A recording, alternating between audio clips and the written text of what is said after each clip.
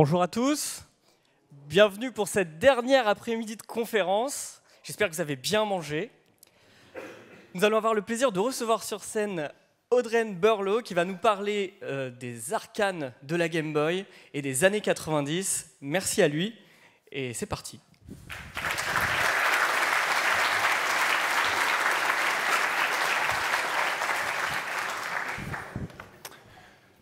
Bonjour, ça s'est mis en veille. Ok.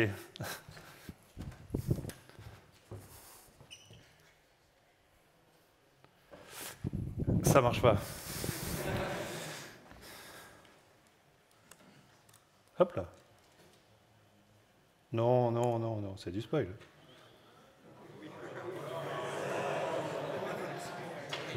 Vous avez rien vu, vous avez rien vu.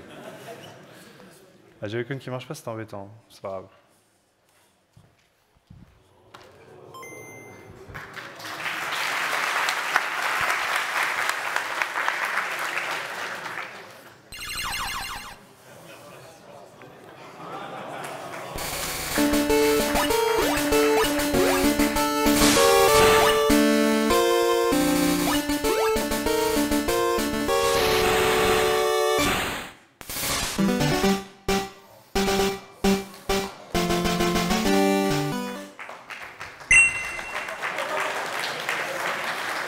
Merci, merci. Merci beaucoup, bienvenue à toutes et à tous pour cette conférence qui s'intitule « Retourner le cerveau de sa Game Boy pour les attraper tous ». Une conférence dans laquelle nous allons parler, ma Joy-Con ne marche pas, c'est terrible, de la Game Boy, bien sûr. Nous allons parler un petit peu d'assembleur et nous allons parler, bien sûr, de Pokémon. Alors avant de commencer, je voudrais faire une petite expérience sociale. Si vous voulez bien, est-ce que tout le monde peut lever les mains ? Tout le monde, tout le monde, tout le monde. Si vous aviez une Game Boy, on compte les pockets, les colors. Lorsque vous étiez petit ou même encore aujourd'hui, est-ce que vous pouvez baisser la main? Ok. Si vous avez déjà joué à Pokémon rouge, bleu et jaune, ça compte, vous pouvez baisser la main. Si vous avez déjà écrit de l'assembleur, vous pouvez baisser la main. Est-ce qu'il y a encore des gens avec les mains levées? Ok. Donc pour ces gens, je suis au regret de vous annoncer que vous êtes actuellement dans un traquenard. Et je vais faire de mon mieux pour rendre cette conf aussi agréable que possible pour vous, malgré votre enfance malheureuse, visiblement. Avant de parler du cerveau de la Game Boy, nous allons parler du cerveau derrière Pokémon Pocket Monsters.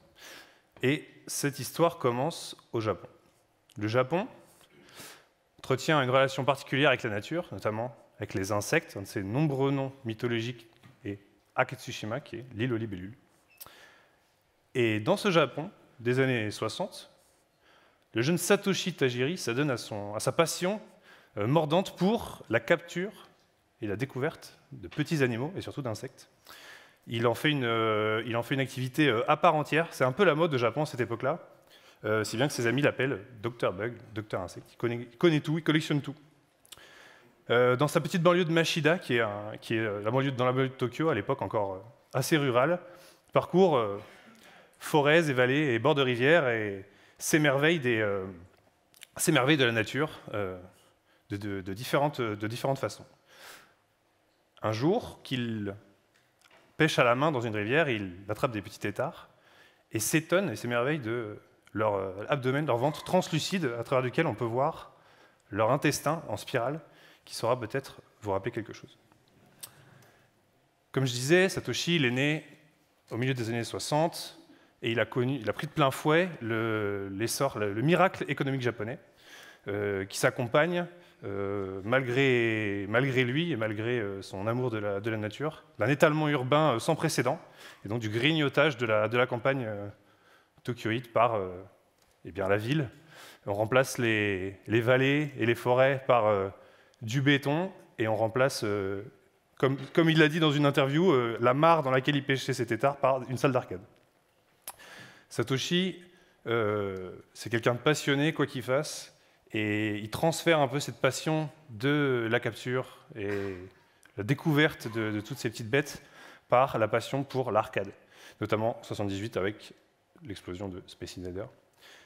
il devient rapidement, au grand dam de son père, qui le voyait faire des études d'électronique poussées, autodidacte journaliste dans ces salles dans lesquelles il passe le plus quart de son temps, et il court derrière les rumeurs, les nombreuses rumeurs qui circulent dans ces salles.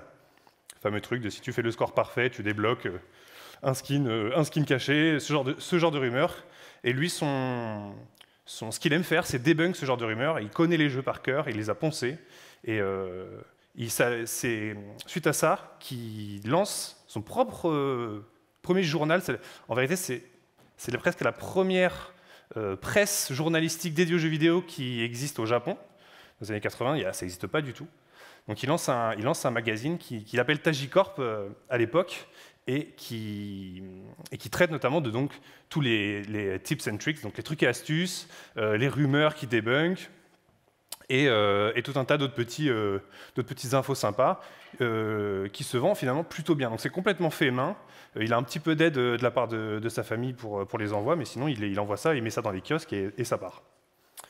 Ça marche plutôt bien. Il en sort un certain nombre. Il est rejoint un peu plus tard par un dessinateur. Bon, là, si vous voyez, le type, ça n'avait pas l'air d'être Jean-Michel Paint, quoi, dans l'idée. Donc, il fait intervenir un pote à lui, finalement, qui entend parler de ce truc-là, qui s'appelle Ken Sugimori, dont nous allons reparler un petit peu plus tard.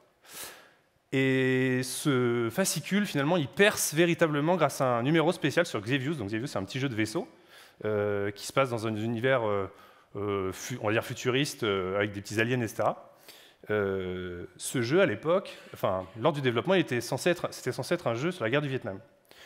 Et donc, il y aurait une rumeur qui circule à cette époque-là dans les salles d'arcade qu'on pourrait débloquer un skin pour le petit vaisseau personnage principal d'un F4 fantôme de la guerre du Vietnam, en faisant des manipulations spéciales, en faisant un score de 1 million, etc.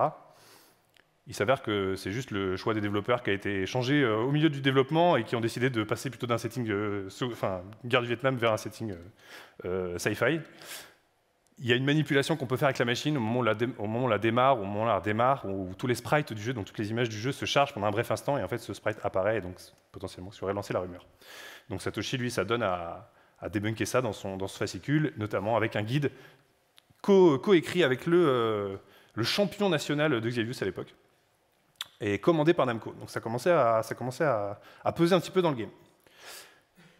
L'histoire de Pokémon, elle commence presque en 86 avec Dragon Quest 2 en l'occurrence, qui est un petit RPG, un jeu de rôle à l'image de Final Fantasy à l'époque, sur NES, auquel il joue avec son pote Ken. Et Ken, c'est un gars, il a beaucoup de chance. Dans ce jeu, il y a un objet qu'on nomme le Madcap, c'est un objet très rare, qui a une chance sur 128 de tomber lorsqu'on tue un certain monstre. Et Satoshi, lui, se bute sur le jeu, il tue des monstres en boucle toute la journée. Le Madcap, il tombe jamais, et son pote Ken, lui, il en chope 2. Et il se dit, on est en 86, on n'est plus je sais pas quoi dans les années 60. Ici, c'est le futur, et on peut toujours pas s'échanger des trucs entre gamers. Donc ça, c'est quelque chose qui lui reste, ça reste coincé. En 89, il se dit, j'ai fait le tour de la presse, j'ai fait le tour des jeux, et pour être honnête, ce qui sort actuellement, ça ne me convient pas, donc moi maintenant, c'est moi qui vais faire les jeux. Donc il lance son studio, et en l'honneur de son journal, il le nomme Game Freak. Les rejoint dans l'aventure un compositeur, Junichi Masuda. Donc entre 87 et 89, ils ont des petits contrats, donc ils sortent un jeu pour se lancer qui s'appelle Quinty, qui est un petit puzzle game sympa, qui se vend quand même à un certain nombre d'exemplaires, 300 000 je crois, donc ça... Enfin, non, ils rentrent $300 000 dans les caisses de la boîte, donc ça lance quand même vachement leur business. Ils arrivent, grâce à ça, à négocier des contrats avec Nintendo et Sega, notamment. Donc là, je crois que c'est Dr Mario qu'on voit là, et un petit jeu Yoshi. Et grâce à ce partenariat avec Nintendo, ils reçoivent, dans l'année 89, un prototype de la Game Boy, et avec ce prototype, le fameux câble Link. Et dans la tête de Satoshi, il y a des choses qui se connectent. Il pense à son histoire de Madcap, il pense à son histoire de petits insectes, il imagine même les insectes qui marchent sur le câble d'une Game Boy à l'autre, et ça lui donne des idées. Donc la Game Boy, elle devient le banger absolu qu'on connaît. Elle se vend à plus de 100 millions d'exemplaires, si on triche un peu en comptant la Color et la Pocket. Et Leur objectif à eux maintenant, c'est de sortir un jeu sur Game Boy, un jeu qui pitch à Nintendo sous le nom Capsule Monsters. Donc c'est complètement dans la lignée de ce à quoi pensait Satoshi. On a des capsules, on capture des monstres, en l'occurrence c'était plutôt des kaiju, c'est des gros monstres en japonais, et on les fait se combattre, et l'objectif c'est vraiment la collection et l'échange, le partage. Le problème avec ce pitch, c'est que le Capsule Monsters, c'est un truc qui est complètement... alors là vous avez le prototype d'échange, vous avez le concept de pouvoir acheter et échanger, on ne peut pas acheter de Pokémon après, mais... et donc, ce que je disais, on a quand même des monstres plutôt tout pas beaux, gros tout pas beaux, quoi. À la base, c'était quand même le concept, vraiment les kaiju, donc les gros monstres un peu moches qui se battent. Et là, vous avez le concept de capture juste à droite. Le problème avec ça, c'est qu'à l'époque, il y a un truc qui est ultra populaire, c'est le cas de le dire, c'est Ultraman au Japon. Tout est ultra là. Il préfixe un truc de ultra, ça se vend à 3 millions d'exemplaires. Et le problème de cette saison-là d'Ultraman, c'est qu'ils ont un concept, c'est qu'ils capturent des gros monstres avec des capsules. Et du coup, Nintendo, ils font, les gars, peut-être pas exagérer non plus, je crois qu'on a un peu vu à 10 km votre truc. Et c'est pourquoi, grâce à l'appui du légendaire Shigeru Miyamoto, co-créateur de Super Mario Bros, Zelda, Kirby, Metroid, et j'en passe, il renomme le projet Pocket Monsters, donc monstre de poche, et le projet est accepté par Nintendo, donc Nintendo accepte d'éditer Pocket Monsters. Alors l'équipe qui était composée donc, de ces 3 guélurons est amenée à s'agrandir. Et vous pouvez voir... Ah mais c'est terrible que j'ai pas... Bon, ouais, c'est pas grave. Vous pouvez voir cette femme tout à droite, Atsuko Nishida, peut-être la personne la plus importante de cette équipe, puisque c'est la créatrice non seulement de Pikachu, parce qu'il fallait des Pokémon mignons. En fait, au début, ils se sont dit, on met des gros monstres, et bon, les Japonais, ils aiment bien les gros monstres, ils aiment bien aussi les trucs mignons. Ils se sont dit, il faut qu'on arrive à englober un peu la population qu'on essaie de toucher avec ce jeu, donc il nous faut des Pokémon un peu gros pas beaux et des Pokémon mignons. Donc cette personne, Atsuko, elle a conçu Pikachu notamment, mais également Bulbizarre, Salamèche et Carapuce. Donc si on les a, c'est grâce à elle. Et également, ah oui, petite anecdote pour vous, donc Pikachu, ça vient de Pika Pika, qui serait l'onomatopée d'une étincelle en japonais, et de Shu, qui c'est le couinement d'une souris. Et Pikachu, c'est le Pokémon favori de Nishino, qui est le game planner, qui aurait notamment inspiré le dresseur Montagnard et également Ronflex. Mais ça, je ne sais pas trop pourquoi. Le scope, il explose. Ça part d'un petit RPG de base à un open world, comme on dirait aujourd'hui. On se promène dans des cavernes, dans des forêts. Il y a un système de combat qui commence à être poussé. Ils mettent une encyclopédie, ils l'appelleront plus tard le Pokédex, dans lequel vous répertoriez tous les monstres qui au départ étaient à 200, ils ont redescendu le scope à 150, presque, qu'il faut remplir, donc il faut capturer tous les Pokémon, les échanger. Le concept, c'était d'avoir plusieurs versions du jeu, avec des Pokémon différents dans les différentes versions, pour faire du bise, hein, et aussi pour inciter les gens à échanger.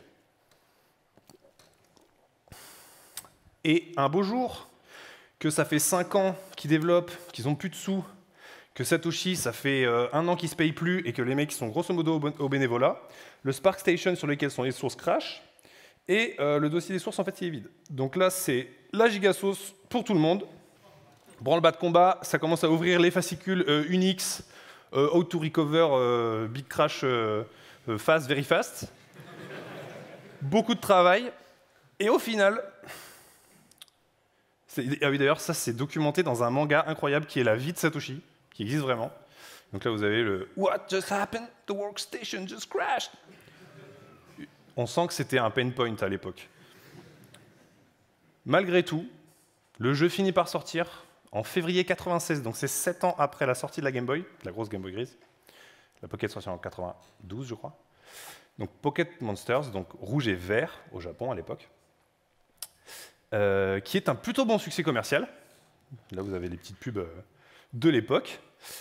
Malheureusement, il se passe qu'à l'époque, c'est bien de jouer sur une console monochrome, dans son salon ou pas, mais c'est mieux de jouer à la PS1 qui commence à avoir un catalogue vraiment bien étoffé, et surtout, c'est mieux de jouer à Super Mario 64 qui vient de sortir et qui est quand même une dinguerie. Donc, pour Game Freak, ça va pas trop. Ça va même plutôt pas du tout. C'est-à-dire qu'ils ont tout claqué jusqu'à la fin de dernier centime, Et au final, ils s'y retrouvent pas vraiment. Ils en vendent 110 000 la première semaine, 10 000 la semaine d'après, et c'est finito pipo. Donc là, c'est terrible. Mais sorti de nulle part. Il y a une rumeur sur un 151e Pokémon qui serait caché dans les sources du jeu, mais que certaines personnes, par des opérations inconnues, auraient réussi à obtenir. Ce Pokémon, il y a des références à lui à l'intérieur du jeu, notamment dans les journaux qui sont posés sur les bureaux, dans le laboratoire à Cramoisil, je crois, dont on parle de Mew, et notamment de Mewtwo, qui serait en fait un clone de Mew avec des cellules d'humains. Bref, Mewtwo qui est censé être le Pokémon le plus puissant de la première gène. Bref, donc il y a une espèce d'aura de mystère autour de ça, donc on en parle dans le jeu, il est atteignable, mais certains heureux élus qui l'auraient vraiment aperçu. Et en fait, Mew, il existe vraiment dans le jeu. Grâce à ce gars, notamment Shigeki Morimoto, donc qui est développeur, qui, après avoir retiré les outils de debug, donc là ils sont vraiment à la toute fin du dev, c'est faux ship, il faut se dépêcher, Satoshi vient le voir et lui dit « Tu te souviens de ce truc avec Xevious, avec le vaisseau, qu'on ne pouvait pas vraiment avoir, mais que c'était une giga rumeur?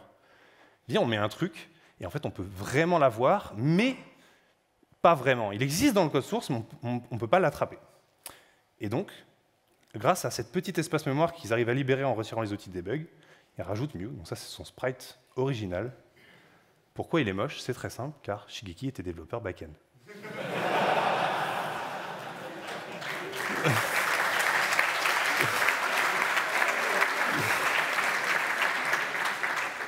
Je ne fais pas de front.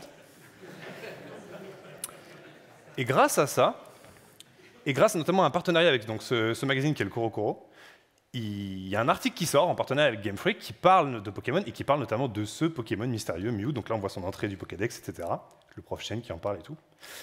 Et le bouche à oreille reprend, les ventes de Game Boy reprennent, le jeu sort en Europe et aux États-Unis, aux États-Unis et en Europe, et devient le banger. Alors c'est la version bleue qu'on a nous, c'est une version remasterisée de la version verte et rouge d'origine, avec des bugs corrigés, des sprites corrigés, etc. Que eux, ils avaient eu au Japon dans le CoroCoro, en mode t'achètes un magazine, t'as le jeu Pokémon en mieux. Donc ça, c'est un concept spécial. Le seul moyen d'obtenir Mew, légalement, donc sans Action Replay, c'est très simple, il suffit de se trouver à un des 13 événements mondiaux qu'il y a eu, organisés par la Pokémon Company. Vous vous rendiez à un stand, donc dans une des 13 villes au monde où ça avait eu lieu. Vous arrivez avec votre Game Boy et votre câble Link, et il y avait une madame ou un monsieur Nintendo qui vous branchait ça sur votre Game Boy, qui vous donnait Mew. Donc vous obteniez aussi un certificat d'authenticité, pièce extrêmement stylée, extrêmement rare. Ça, c'est piqué de la chaîne de Sakaru, qui est incroyable. Là, on ne voit pas, mais en gros, la Game Boy, elle est sortie en 89. Ça, c'est les ventes de Game Boy. Donc les ventes de Game Boy, elles ont surpassé en 2000 le pic de vente de la Game Boy après sa sortie, grâce à Pokémon. Ça a complètement relancé entièrement la machine. Et ça, c'est incroyable. Les années 2000, c'était une année formidable, une époque où la vie était plus simple, où en 99, je suis à l'école, n'est-ce pas? Mais moi, je n'ai pas de Game Boy. Et j'ai une Mega Drive. Donc je joue à Sonic et je joue à Street of Rage. Mais je pleure parce que moi, j'ai très très envie en fait, de jouer avec mes copains. Et je dois attendre février 2001, un jour où mon papy, que j'aime, me donne 100 francs. Et en cassant ma tirelire cochon, je me rends compte que j'ai largement suffisamment pour m'acheter d'occasion Pokémon et une Game Boy. Donc j'ai dit à mon papa, on va à Dog Games. On y va tout de suite. Et j'achète d'occasion cette Game Boy Pocket bleue, beaucoup plus économique. D'ailleurs, l'écran monochrome est bien meilleur que celui de la Game Boy d'origine. Et Pokémon jaune d'occasion pour 169 francs. Et je lis le fascicule dans la voiture, de retour chez moi. J'ai les larmes aux yeux. Je mets des piles dans la Game Boy, certainement piquées dans la télécommande du salon. J'allume. Le professeur Chen, me dit « Prends ce Pokédex et tire-toi ». Et ça part directement. À mon anniversaire de cette année-là, en juillet, on m'offre le câble Link. Et donc là, je me dis « I can do it ». Je peux compléter le Pokédex. Cette année-là, cet été-là, je vais au centre aéré, comme toutes les années. Le centre aéré, c'est un endroit, votre mère vous drag and drop le matin avant de partir au boulot. où vous atomisez des petits au ballon prisonnier et où vous buvez des lémentes. Un endroit hors du temps dans lequel il est interdit de jouer à Pokémon. Cependant, nous n'en avions que faire, et au lieu de faire de la pâte à sel ou je ne sais pas quoi, nous cachions dans les buissons, n'est-ce pas? Et à partir de ces piles que nous avions retrouvées dans les télécommandes, et les balances, les pèse-personnes, les machins qui traînent, on les frotte sur nos jeans pour leur redonner de l'énergie. Et ça existe vraiment, j'ai vérifié, hein, c'est de l'ordre de la cinétique électrochimique. Il y a des papiers dessus. Donc vous...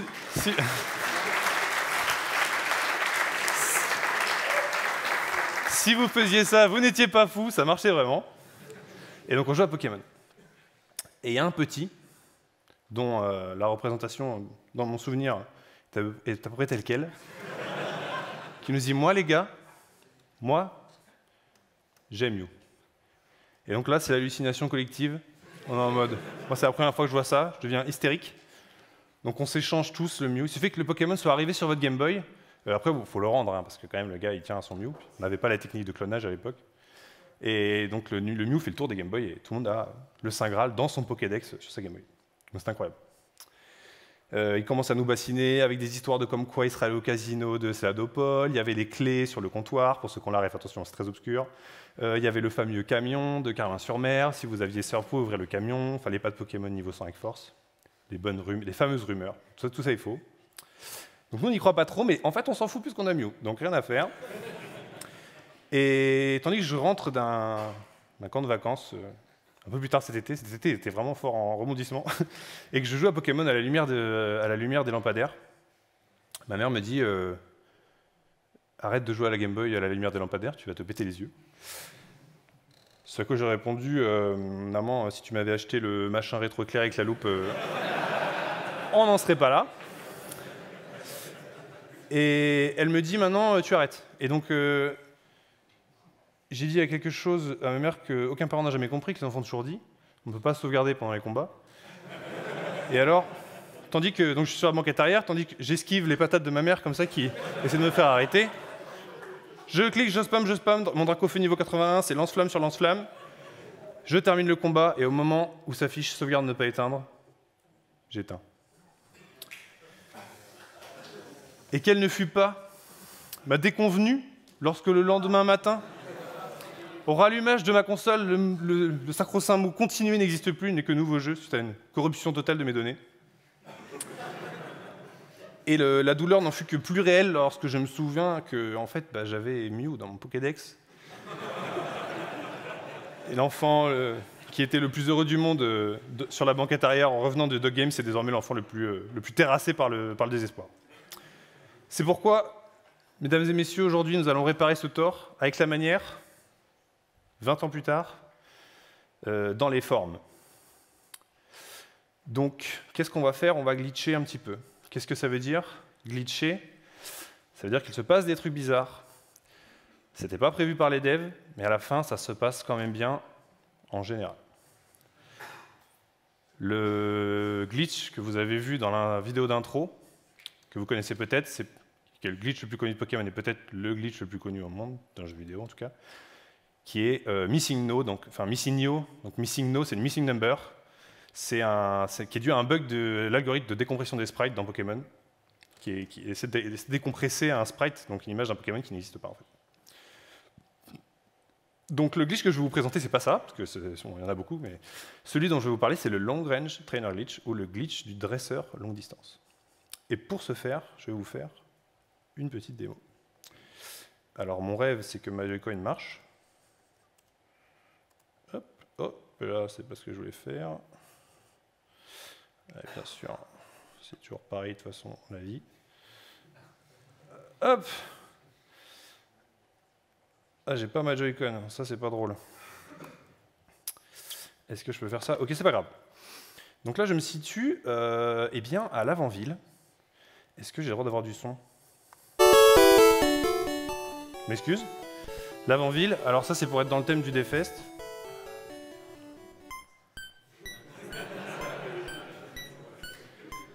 Allez, on coupe, sinon ça... Voilà. Ah si, le petit exemple. Donc là, je suis à l'avant-ville, la musique est horrible. Une fois que je passe ce petit chemin, la musique change. Et donc, je vais changer de zone. Ça, c'est important pour la suite. Je vais couper parce que sinon, voilà. Donc Pokémon, pour ceux qui ne connaissent pas, c'est une espèce de monde ouvert dans lequel vous vous promenez et vous entraînez vos Pokémon, vous les capturez. Et il y a donc ces gens qui sont là en train de plus ou moins rien faire finalement sur la route, qui sont d'autres dresseurs Pokémon qui attendent à peu près toute leur journée dehors qu'un enfant de 10 ans croise leur regard. Et au moment où il croise votre regard, il vous agresse. Donc ça, la magie de l'enfance finalement. Donc, je ne sais pas si vous avez vu ici, vous avez un monsieur qui nous tourne le dos, là, un croupier, et donc ce monsieur, nous allons lui faire une petite filouterie. Si je descends... Alors attendez, il ne faut pas que je troll, parce que... Voilà. Donc là, qu'est-ce que je viens de faire? Je viens d'ouvrir mon menu, tandis que ce monsieur était censé me voir. Cependant, étant dans mon menu, eh bien, il ne se passe rien. Donc là, ce que je vais faire, c'est que je vais choisir mon fidèle Jean Vol, d'un piaf à bec, grâce à qui je vais me rendre à... Azuria. Et ce monsieur, si vous voyez, il y a une petite bulle au-dessus de sa tête qui s'affiche, qui signifie qu'il m'a repéré. Et son objectif, c'est de m'agresser. Cependant, je suis parti. Bien, tant pis pour lui. Arrivé à Azuria, j'essaie d'ouvrir mon menu, parce que je vais prendre ma bicyclette. Cependant, il ne s'ouvre plus. Donc, ça commence à être un peu bizarre. J'essaie de parler à ce monsieur également, qui se tourne vers moi, mais qui ne m'adresse pas la parole. Je vais juste vérifier un truc. Ouais, j'ai pas le bind, donc on va pas faire de dinguerie. Donc là, j'accélère un peu, pardon, j'ai l'émulateur, donc je vais très vite. Je vais aller affronter un monsieur qui se situe ici. Hop. Donc il se ramène, il me parle de son père, on s'en fout, c'est parti. Donc là, on lance un combat. Dans Pokémon, le concept principal de Pokémon, c'est que vous affrontez d'autres dresseurs qui ont des Pokémon, et bien que le meilleur gagne finalement. Donc là, je vous laisse imaginer qui va gagner. Ce jeune dresseur, il m'envoie un Ramolos, donc Slowpoke, niveau 17. C'était pas très malin de sa part, cela dit. Donc moi, j'ai un Persian, et c'est l'évolution de Miaous, et je vais lui faire des growls, donc des rugissements. Je vais lui en faire 6. Pourquoi? Eh bien, nous le saurons plus tard. Donc là, ça va très vite, j'accélère. En plus, je suis confus, donc c'est pourri. Il faudrait pas que je crève, quand même. Ok, donc nothing happened. Donc ça veut dire que j'en ai fait 6, tout va bien. Ensuite, je vais mettre fin à ses souffrances. Voilà, c'est terminé. Merci, au revoir. Ça dégage, je gagne de l'XP. Youngster, il est defeated. Il est not mad. Un peu quand même. Je lui prends ses Poké-Dollars, parce qu'on n'a rien sans rien. Et donc là, je me rappelle que mon bouton Start ne marche plus. Et là, il remarche. J'ai absolument extatique. Donc je reprends, j'envole. Eh bien, je retourne à l'avant-ville, parce que j'étais en train de faire des trucs à l'avant-ville. Bref, on y retourne, c'est parti. On remet pas la musique parce qu'on veut vivre une vie heureuse. Et là, je vais juste à gauche. Je retourne sur ma route. Et là, j'ai mon menu qui s'ouvre. Je n'ai pas demandé. Je le ferme. J'ai un combat qui se lance. Et là, j'ai un Mew qui apparaît.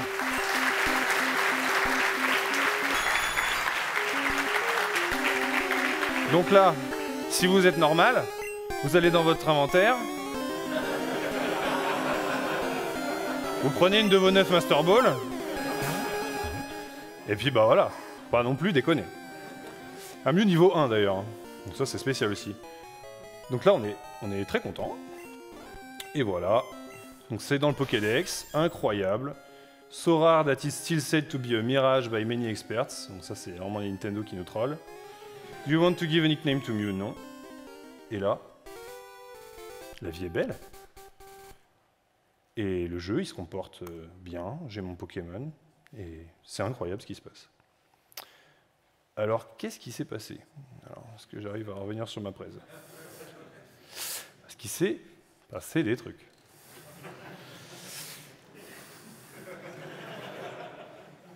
Pour comprendre un peu, bon, en vrai non, je préface, vu que l'intro fait 25 minutes, peut-être faut que j'accélère, mais on va parler un petit peu du processeur de la Game Boy, donc le Dot Matrix Game CPU, c'était le codename de la Game Boy,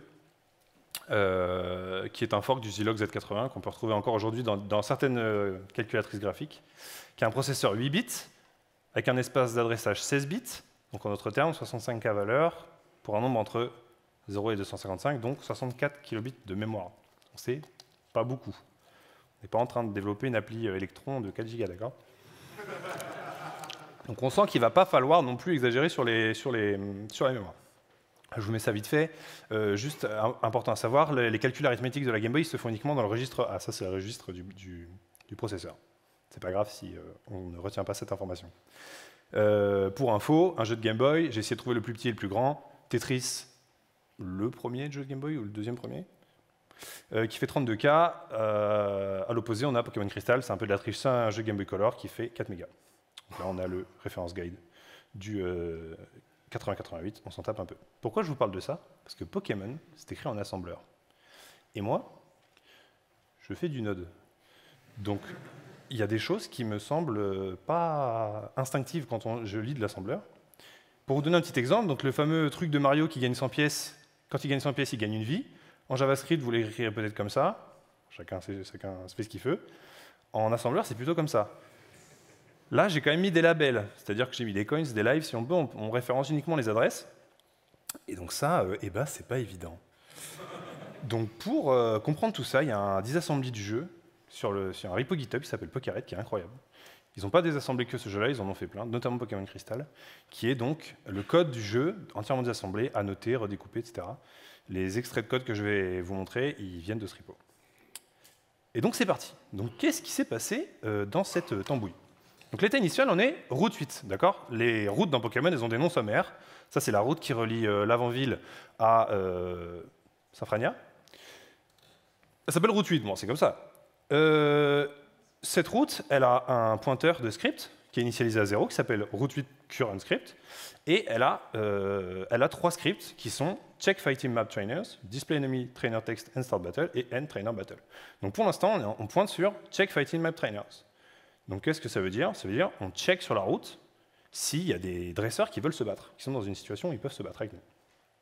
Donc je vais noter la valeur des adresses en haut à gauche. Donc quand je descends, je maintiens Start appuyé et ma touche du bas. Donc au moment où le menu s'ouvre, le dresseur me voit. Cependant, ce qui se passe, c'est que la fonction qui ouvre mon menu, elle est appelée systématiquement avant le check fighting map trainers. Donc mon menu sera toujours ouvert avant que l'instruction à check fighting map trainers soit lancée. Donc tant que je n'ai pas terminé, on reste dans cet état, on est bloqué dans cet état. C'est pour cette raison qu'il me faut un long range. Ça veut dire que si mon dresseur il est déjà chargé, je ne peux pas profiter de cette filouterie. Donc là, je me mets dans une situation où mon dresseur il n'est pas chargé dans la mémoire, de manière à ce que lorsque je fais mon mouvement, il est chargé après, et donc sa routine, elle est appelée après. Donc là, ça, c'est les deux conditions. D'ailleurs, on voit ici qu'il est retourné.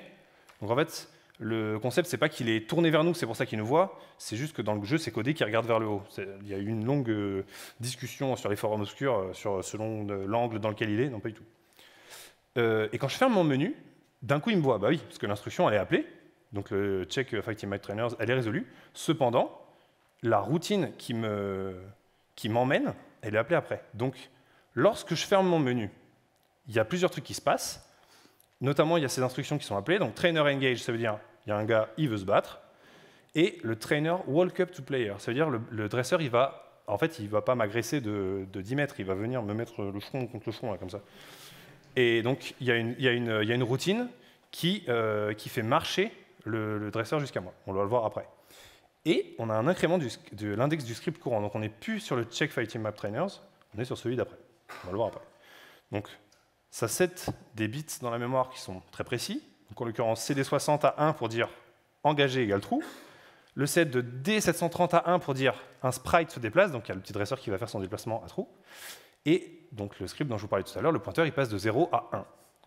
Donc, il pointe désormais vers display enemy trainer text. Donc, il dit toujours un petit truc genre « je vais t'éclater ». Et après, la routine qui démarre le combat. Cependant, eh bien, moi, je m'envole. Et donc, ça lui met un gros vent. D'ailleurs, petite trivia pour vous, un Piafabec. Donc ça, c'est l'entrée du Pokédex de Piafabec. Ça fait à peu près 2 kilos. J'ai regardé un enfant de 10 ans, ça fait entre 30 et 40 kilos. Donc en réalité, il se passe ça. Et encore une fois, ce Pokémon ne l'explique pas. C'est la magie de l'enfance, finalement. Donc j'arrive à Azuria, et eh bien, mon bouton Start ne marche plus. Pourquoi? Eh bien parce que, comme dit précédemment, le bit 0 de cette adresse, c'était à 1. Le jeu considère que je me fais engager, donc il me bloque mes inputs. Je peux plus ouvrir mon menu. Et pourquoi je ne peux plus parler au PNJ? En fait, la vraie réponse, c'est que je ne peux plus ouvrir de textbox. Là, il me reste 15 minutes, c'est ça qui se passe? Ok, super. Donc là, il y a un truc que je ne vous ai pas montré. Je peux softlock le jeu si je me place devant le trainer qu'on a vu tout à l'heure. Je ne sais pas si vous avez vu, je m'étais mis à 1 mètre devant pour être sûr qu'il marche vers moi. En fait, si le dresseur ne marche pas, si vous regardez la route 25, donc la route où se situait ce dresseur-là, il y a exactement les 3 mêmes instructions. Et en fait, cette instruction-là, il y a une return NZ. Si le byte il est seté, ça veut dire qu'il n'a pas terminé son mouvement, eh bien, le combat et donc le display trainer text ne peut pas se lancer. Donc, étant donné qu'on a seté le byte avec le premier dresseur, si je ne le reset pas à 0 en faisant marcher un autre dresseur autre part dans le jeu, on est softlocké, le jeu attend simplement que le jeu se débloque en fait. C'est pour ça que je dois me mettre un peu plus loin pour forcer le gars à venir et pour resetter ce byte à 0 pour qu'on puisse continuer. Ici, on le remet à 0, etc. Donc ce youngster, he wants to fight. Comment est-ce que le jeu choisit le sprite et l'équipe de son dresseur? Il a une fonction qui s'appelle initBattleEnemyParameters, dans lequel il prend un engageTrainer class et un engageTrainer set. Donc ils sont setés à ces adresses. Pour l'instant, c'est pas super intéressant. Donc c'est la classe du dresseur, donc le youngster, et son équipe, donc son set. Donc en l'occurrence, il a qu'un Ramolos. Donc ça, c'est pareil, je vais le noter là-haut. Donc ils sont setés respectivement à CD2D, CD2. Bon là, c'est un R bizarre, mais c'était un Persian tout à l'heure, c'est pas grave. Donc il envoie son Ramolos. Et lorsque le jeu charge son Ramolos, il charge notamment ses statistiques unmodified.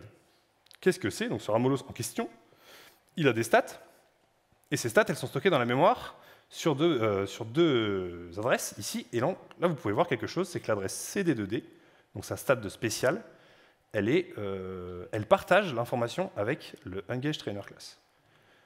Pourquoi ils font ça? Parce que c'est une information qui est plus utile dans le combat. Une fois que la console a chargé le set du dresseur, il est déjà chargé, donc on peut réutiliser cet endroit de la mémoire, on n'a que 64K, on se souvient, pour mettre d'autres trucs. Donc là, en l'occurrence, on met les stats, on n'a plus besoin de cet endroit, donc l'information est écrasée. Et le jeu charge aussi les stat mods. Qu'est-ce que c'est les stat mods? Ce sont les modifications qui sont apportées aux statistiques du Pokémon. Donc on initialise ces stats qui sont comprises entre CD2E et CD33, qui commencent toutes à 7. Le concept de ces stat mods, c'est, prenons ce Chrysacier par exemple, qui a donc tous ces stat mods initialisés à 7. S'il lance armure, sa stat def augmente, et donc son stat mod de défense passe à 8. Et il a une très belle armure. Donc ça sert à ça. Donc le jeu a besoin de stocker cette information pour savoir, je lui ai rugi dessus, il a perdu de l'attaque, il a fait armure, il a gagné de la défense, etc. Donc ces informations-là, elles sont stockées, donc, comme je disais, de CD2E à CD33, et comme on peut voir, le modifier d'attaque, il est stocké au même endroit que le engageTrainer set. Puisqu'on a, encore une fois, plus besoin de cette information à ce moment. Donc l'adresse écrasée. Donc je lui growl dessus. Et pourquoi je lui lance 6 rugissements d'affilée? Eh bien parce qu'il mérite finalement, et pour faire baisser son attaque. Donc à chaque rugissement, son modifier d'attaque il baisse aussi. Et ce qu'on vient de dire, c'était que le modifier d'attaque, il était stocké au même endroit que le engageTrainer set. Donc systématiquement, à chaque rugissement, je fais baisser l'information qui est stockée à cet endroit-là. Bon, ensuite, le youngster, ça dégage. Le combat se termine, il y a une routine qui s'appelle EndTrainer Battle, qui vient resetter le byte 0 de CD60 pour dire on n'est plus engagé, le combat il est résolu. Donc ça c'est très bien. Donc là on remet à 0, je prends son argent et je m'envole. Donc là j'arrive, je retourne à l'avant-ville. Et donc là, si vous avez suivi, c'est à l'est de la route 8. Et je me déplace, je retourne sur la route 8, et là, mon menu s'ouvre tout seul. Alors pourquoi? Depuis tout ce temps qu'on s'est envolé de la route 8, le current script, il vaut toujours 1. Souvenez-vous, il a été incrémenté qu'une fois. Du coup, le jeu, qu'est-ce qu'il veut faire absolument? C'est son objectif dans la vie, c'est display enemy trainer text. Cependant, il n'a plus les informations pour charger la bonne textbox qui est liée au dresseur à qui j'ai mis avant. Donc il ouvre la dernière textbox dont il a eu connaissance, et en l'occurrence, c'est mon menu que j'ai ouvert. Le menu, c'est considéré comme une textbox, c'est une textbox. Et donc c'est ce qui se passe. Donc le menu s'ouvre, et à partir du moment où je le ferme, il y a un combat contre Mew qui se lance. Alors pourquoi déjà un combat se lance? Parce qu'on a résolu la première moitié de l'instruction, display enemy trainer text, donc maintenant, on start battle, quoi. Et pourquoi contre un Mew niveau 1? Je pense que vous avez une petite idée. Bon, on va accélérer, Il se passe 2-3 trucs, mais ce qu'il faut retenir, c'est qu'il y a un petit fail-safe qui tourne mal. En fait, au moment de l'initialisation du combat, vous avez un initBattleEnemyParameters, et si l'opponent ID offset il est en dessous de 200, en l'occurrence, c'est le cas, parce que Engage Trainer Class, ça vaut 15, eh bien, on va aller chercher un truc dans NoTrainer. Et dans NoTrainer, on va aller chercher dans Current Enemy Level, ce qu'on a dans A, et dans A, c'est le Engage Trainer Set. Donc c'est 1. Et on remplit la condition NoTrainer, parce qu'effectivement, on est en dessous de 200. Donc 15 en hexa, c'est 21 en décimal. Et il s'avère que l'ID interne de Mew, c'est 15. Et le Current Enemy Level, bah, il est niveau 1. Donc Mew est capturé, tout rentre dans l'ordre. Le script de Marut 8, il est incrémenté une nouvelle fois à la suite de la fin du combat.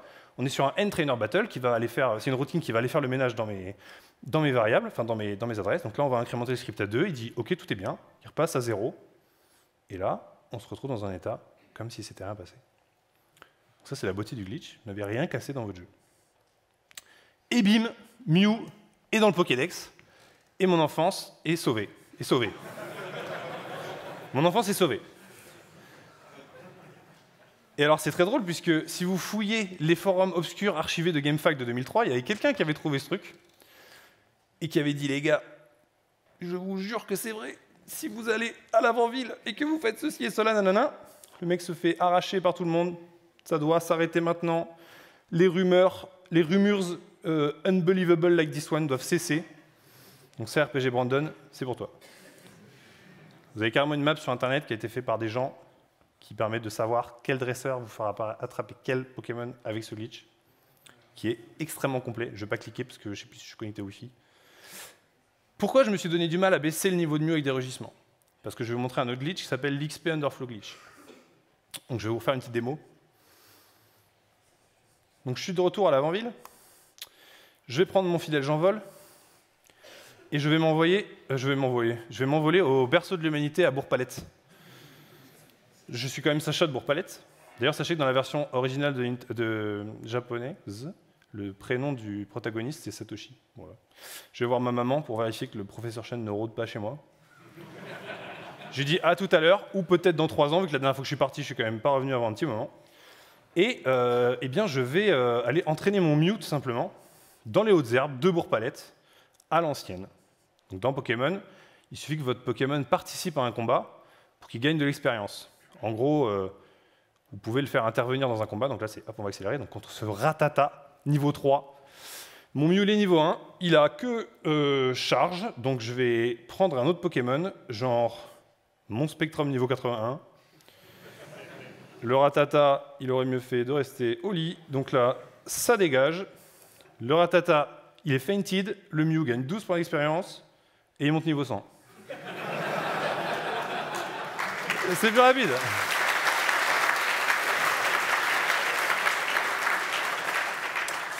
Alors, mais j'ai carrément perdu mes slides ou... Ok, décidément. Donc, qu'est-ce que c'est que cette histoire? Donc, le calcul de l'expérience dans Pokémon, il se fait par une répartition de groupes qui sont slow, medium slow, dont Mew fait partie, medium fast et fast. Il se trouve que l'algorithme, la fonction de calcul de l'XP dont vous avez besoin pour passer au niveau supérieur avec le medium group, il comprend une valeur négative. Attention. Si on résout cette équation de niveau pas être extrêmement élevé, c'est premier paramètre divisé par second paramètre par le niveau au cube moins, en l'occurrence là c'est une valeur négative, le troisième paramètre par le niveau au carré plus nanana, moins 140 qui est arbitraire, et qu'on résout cette équation pour un Pokémon de niveau 2. Niveau 2, c'est le niveau minimal que vous pouvez obtenir d'un Pokémon pour un Pokémon sauvage. Vous ne pouvez pas avoir un Pokémon du niveau 1. Donc si on résout ça nous dit qu'il nous faudra à peu près 10 XP pour passer de niveau 2 au niveau 3. Pour un Pokémon du medium slow group. Sauf que nous, on a un Mew niveau 1.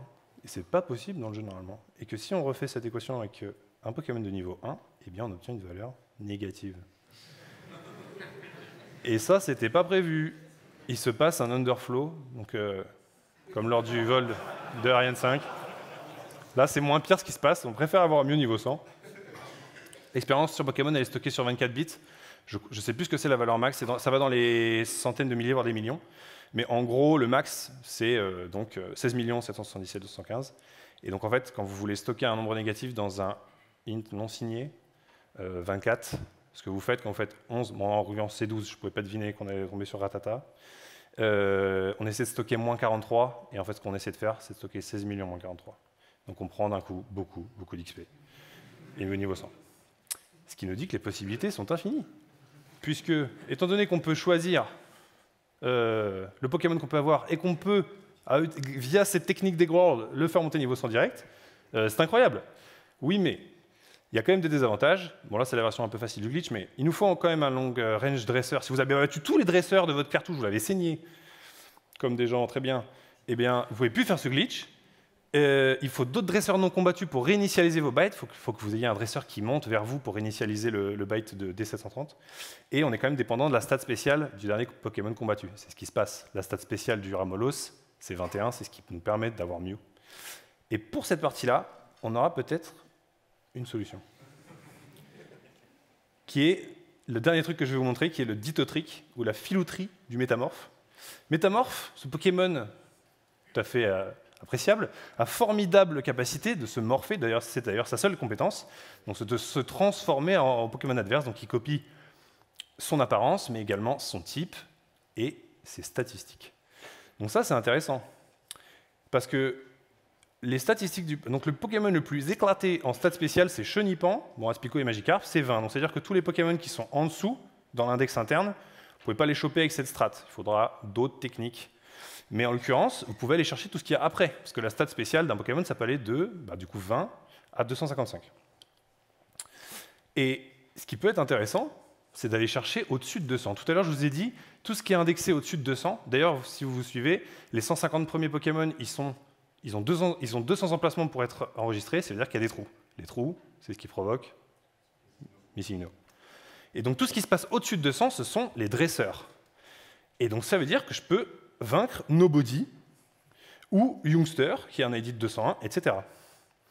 Donc si je reprépare ce glitch, donc je fais ce truc, bon là je suis allé voir Youngster, mais peu importe, je réinitialise mon byte D730, donc j'ai la bonne information dans mon truc, que mon Spectrum a une stat de 200 par exemple, que je me retrouve contre un métamorphe à l'aise de Parmanie, il y en a dans les hautes herbes, que je le laisse se transformer en mon Spectrum et que je le bats, ce qui est stocké à CD2D, c'est ma stat spéciale que je lui ai donnée, que j'ai mis dans cette adresse.